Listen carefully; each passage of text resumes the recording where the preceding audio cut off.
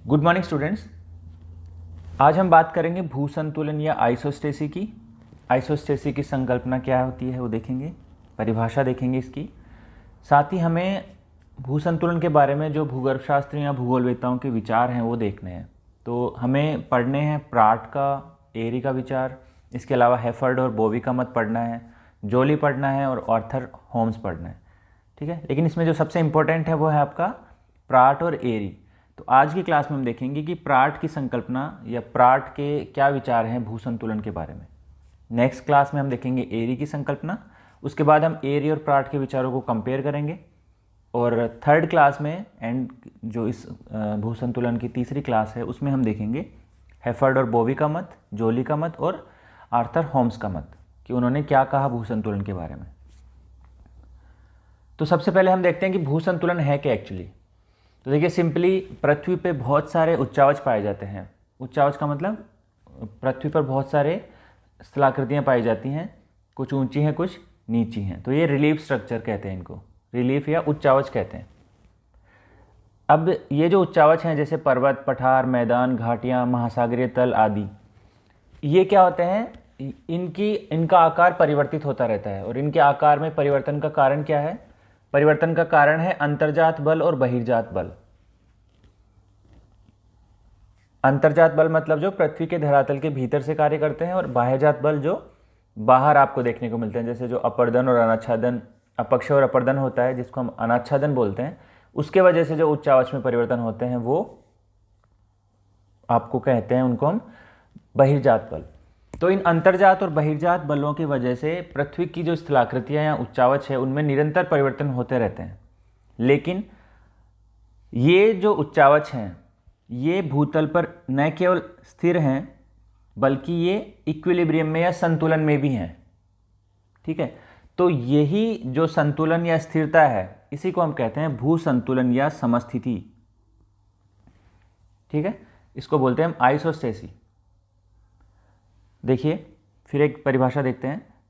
यह है परिभ्रमण एवं परिक्रमण करती हुई पृथ्वी। इसका मतलब है कि पृथ्वी कैसी है? गतिशील है। मतलब गतिशील पृथ्वी पर स्थित उच्च एवं निम्न क्षेत्रों, उच्च एवं निम्न क्षेत्रों मतलब ये कहलाएगा आपका उच्चावच, या इनको कहते हैं हम रिलीफ स्ट्रक्चर्स। हाँ, तो गतिशील पृथ्वी पर स्थित उच्चावच के बीच भौतिक और यांत्रिक स्थिरता, फिजिकल और मैकेनिकल स्टेबिलिटी या इक्विलिब्रियम की जो दशा होती है उसी को हम कहते हैं भू संतुलन या समस्थिति। कहने का मतलब यह है कि गतिशील पृथ्वी पर जितने भी आपको उच्चावच या स्थलाकृतियाँ दिखाई देती हैं उनके मध्य भौतिक और यांत्रिक स्थिरता देखने को मिलती है। इसी भौतिक और यांत्रिक स्थिरता की दशा को हम उच्चावच ये भू संतुलन या समस्थिति या आइसोस्टेसी कहते हैं। भू संतुलन का यदि आप लिटरल मीनिंग देखोगे तो जो भू संतुलन है वो अंग्रेजी के रूपांतरण आइसोस्टेसी से बना है। आइसोस्टेसी की उत्पत्ति कहाँ से हुई है? यूनानी भाषा के शब्द हुई है, दो शब्द हैं, आइसो और दूसरा है स्टेसियोस और आइसो। इन दोनों शब्दों से मिलकर आइसोस्टेसी शब्द की उत्पत्ति हुई है। और आइसोस्टेसियोस का मतलब है समान खड़े होना या समस्थिति में होना, या इक्वल स्टैंडिंग या इक्विपोज, मतलब संतुलित रूप से खड़ा होना ही है आपका आइसोस्टेसी। और इस शब्द का सबसे पहले उपयोग किया था 1889 में अमेरिका के भूगर्भशास्त्री हुए हैं डटन, उन्होंने। तो डटन ने सबसे पहले आइसोस्टेसी शब्द का उपयोग किया था, जिसका लिटरल मीनिंग होता है समान खड़ा होना या समस्थिति में होना, इक्वल स्टैंडिंग या इक्विपोज।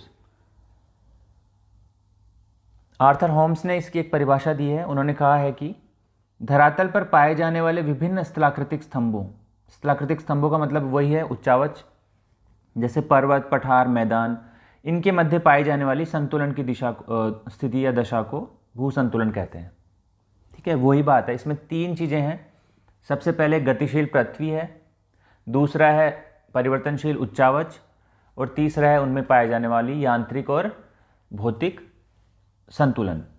तो ये तीन कीवर्ड्स हैं, इनके आधार पर आप परिभाषित इसको कर सकते हो। ठीक है, धरातल पर पाए जाने वाले विभिन्न उच्चावचों के मध्य पाए जाने वाली संतुलन की दशा को ही हम भूसंतुलन कहते हैं।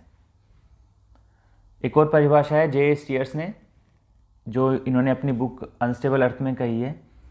क्या कहा है इन्होंने इसको परिभाषित करते हुए कहा है कि धरातल जहाँ कहीं भी संतुलित है वहाँ समान धरातल के नीचे समान भार होता है। समान धरातल के नीचे समान भार होता है, इसी वजह से जो होता है आपका भूसंतुलन की स्थिति पाई जाती है। ठीक है, तो ये हो गई भूसंतुलन की कुछ परिभाषाएं। अब हम देखते हैं जो प्राट हैं उन्होंने भूसंतुलन के बारे में क्या बताया। प्राट का मत भूसंतुलन के बारे में बहुत इंपॉर्टेंट है। प्राट और दूसरे एरी जो हैं उनका मत बहुत इंपॉर्टेंट है, एग्जाम में बहुत बार पूछा गया है। इन दोनों में कंपैरिजन बहुत बार पूछा जाता है, तो ये आपको अच्छे से करने हैं। तो देखो प्राट ने क्या कहा। प्राट ने 2 जगह हैं, कल्याण और कल्याणपुर। उनके अक्षांशों के निर्धारण के लिए उन्होंने जियोडेटिक सर्वे का यूज़ किया, भू ज्यामितीय सर्वेक्षण का प्रयोग किया, और उसके दौरान उन्होंने पाया कि जो गुरुत्व बल है, वहाँ पे जो गुरुत्व बल कार्यरत है, जो ग्रेविटी कार्यरत है, उसका प्रेक्षित और अवकलित जो मान है उन दोनों में इनको भिन्नता दिखाई दी, विसंगति दिखाई दी। और इस ये जो विसंगति थी इसका निराकरण करने के लिए इन्होंने जो विचार प्रस्तुत किए वो इनके विचार हैं, वो भूसंतुलन से संबंधित विचार हैं। ठीक है, तो इन्होंने क्या कहा, इन्होंने बताया कि भूपटल के सभी भूभाग समान घनत्व वाले नहीं हैं। मतलब जो भूपटल है आपका, क्रस्ट है, उसके ऊपर विभिन्न जो उच्चावच पाए जाते हैं, जो रिलीफ स्ट्रक्चर पाए जाते हैं, उन सब का घनत्व समान नहीं है। मतलब जो उनकी डेंसिटी समान नहीं है। अब देखिए, ये बताते हैं कि पर्वतों का घनत्व पठारों से कम, पठारों का मैदानों से कम, और मैदानों का घनत्व जो है सागरीय तली से कम होता है। ठीक है, इसका तात्पर्य है कि जो ऊंचे भूखंड हैं, जितनी हाइट ज़्यादा होगी उतना ही उसका घनत्व कम देखने को मिलेगा, और जितने नीचे भूखंड होंगे, मतलब जिनकी हाइट जितनी कम होगी, उनका घनत्व या डेंसिटी उतनी ही ज़्यादा होती है। तो कहने का मतलब क्या है कि हाइट और जो डेंसिटी है उसमें विपरीत या नकारात्मक सहसंबंध पाया जाता है। हाइट जो है आपकी, जितनी ऊंचाई होगी वो they are indirectly proportional to density. Height is indirectly proportional to density. Height जितनी ज़्यादा है उसका घनत्व उतना ही कम आपको देखने को मिलेगा। ठीक है, तो प्राट के विचार क्या हैं। सबसे पहली बात कि उन्होंने कहा कि भूपटल के ऊपर जो भूभाग पाए जाते हैं उनका घनत्व, प्रत्येक भाग का घनत्व अलग अलग है। दूसरी बात कि जो भाग जितना ऊंचा है उसका घनत्व उतना ही कम है, और जो भाग जितना नीचा है उसका घनत्व उतना ही अधिक है। अर्थात जो ऊंचाई है और जो घनत्व है उन दोनों में इनडायरेक्ट रिलेशनशिप, जो आपका प्रोपोर्शनेट नहीं है, वो इनडायरेक्टली प्रोपोर्शनेट है। मतलब विपरीत या नकारात्मक सहसंबंध उनमें देखने को मिलता है। इसके बाद में प्राट ने क्या कहा। प्राट ने अपने विचारों को अधिक स्पष्ट करने के लिए कहा कि भूखंडों की शैलों के घनत्व में भिन्नता होती है। ठीक है, भूखंड में घनत्व में भिन्नता का मतलब क्या हो गया कि वो भूखंड जिस प्रकार की चट्टानों से मिलकर बने हैं उनके घनत्व में आपको भिन्नता देखने को मिलती है, लेकिन इन सब के नीचे समान घनत्व रहता है। मतलब एक लिमिट तक ये भिन्नता रहती है, उसके नीचे समान घनत्व रहता है। इस प्रकार प्राट का मत क्या था, समान गहराई किंतु विभिन्न घनत्व वाले स्तंभ, column of uniform depth with varying density. तो इनका जो मत जिस बात पर केंद्रित रहा वो ये रहा कि गहराई तो समान है लेकिन उनके घनत्व आपको भिन्न भिन्न देखने को मिलते हैं। प्राट ने अपने विचारों की पुष्टि करने के लिए एक प्रयोग किया था। वो प्रयोग क्या था, इन्होंने विभिन्न आकार और घनत्व की धातुओं के समान भार वाले टुकड़ों को पारे के बर्तन में तैराया। मतलब एक बर्तन था, उसमें पारा भर दिया इन्होंने, और उसमें उन्होंने विभिन्न आकार और घनत्व की जो धातु थे उनके टुकड़ों को लिया और उसमें डुबो दिया। इन्होंने देखा कि सभी टुकड़े समान गहराई तक पारे में डूबे हुए हैं। ठीक है, लेकिन घनत्व की भिन्नता के कारण, चूंकि हमने जो टुकड़े लिए थे जो अलग अलग घनत्व के थे, इसके वजह से क्या होता है कि ये टुकड़े पारे की सतह से विभिन्न ऊंचाइयों पर निकले हुए थे।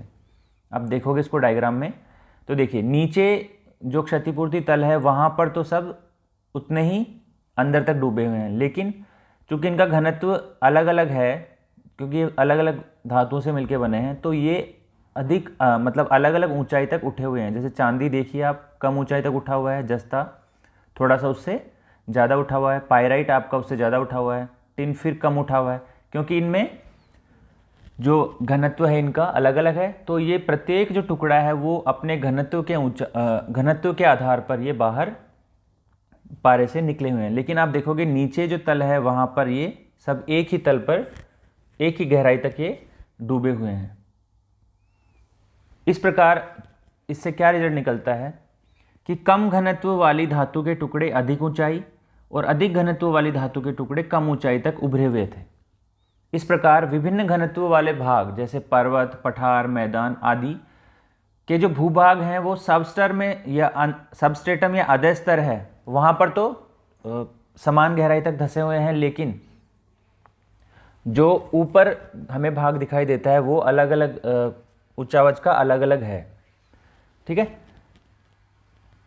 तो क्या हुआ कि जो क्षतिपूर्ति तल है या जो लेवल ऑफ कंपनसेशन है वहाँ पर समान भार ये रखते हैं। आप ये देखोगे कि ये जो है ना, ये क्षतिपूर्ति तल है या जो लेवल ऑफ कंपनसेशन है वहाँ पर ये इसके ऊपर सबका भार समान है, लेकिन प्रत्येक जो खंड है वो अपने घनत्व के आधार पर ऊंचा या नीचा आपको इसमें दिखाई देगा।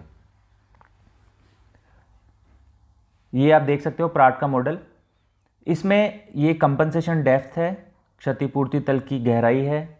क्षतिपूर्ति तल की गहराई का मतलब ये है कि इसके ऊपर समान भार ये सब रखते हैं और ये इतने ही सब डूबे हुए हैं।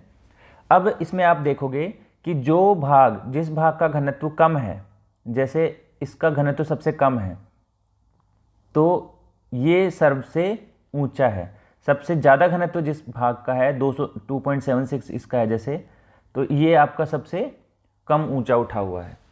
ठीक है, तो कहने का मतलब यह है कि प्राट ने क्या कहा, प्राट ने ये कहा कि एक लेवल ऑफ कंपनसेशन होता है, कंपनसेशन डेप्थ होती है, उसके ऊपर प्रत्येक भाग अपने घनत्व के आधार पर ऊंचा उठा हुआ होता है, और जिस भाग की ऊंचाई सबसे अधिक है इसका मतलब ये है कि वो जो है उसका घनत्व सबसे कम है, और जिस भाग की ऊंचाई कम है उसका मतलब है कि उसका घनत्व ज़्यादा है। तो ये जो था वो था आपका प्राट का विचार। ठीक है, नेक्स्ट क्लास में हम देखेंगे एरी ने क्या बताया। तो प्राट के विचार के लिए प्राट के विचार की जो मेन जो चीज़ है वो आपको पता होनी चाहिए, क्योंकि नेक्स्ट क्लास में हम एरी और प्राट को कंपेयर करेंगे। तो प्राट में देखो सबसे पहली बात क्या है, सबसे पहली बात यह है कि डेंसिटी क्या है, सबकी डेंसिटी अलग अलग है। ठीक है, प्रत्येक खंड की डेंसिटी या घनत्व अलग अलग है। और दूसरी बात, जो लेवल ऑफ कंपनसेशन है, कंपनसेशन डेप्थ है, ये सबकी समान है, मतलब सभी जो खंड हैं वो एक समान गहराई तक डूबे हुए हैं। ठीक, तो ये हो गया आपका प्राट का। नेक्स्ट क्लास में हम देखेंगे एरी के विचार। इसके लिए नेक्स्ट क्लास में हम देखेंगे एरी। Thank you.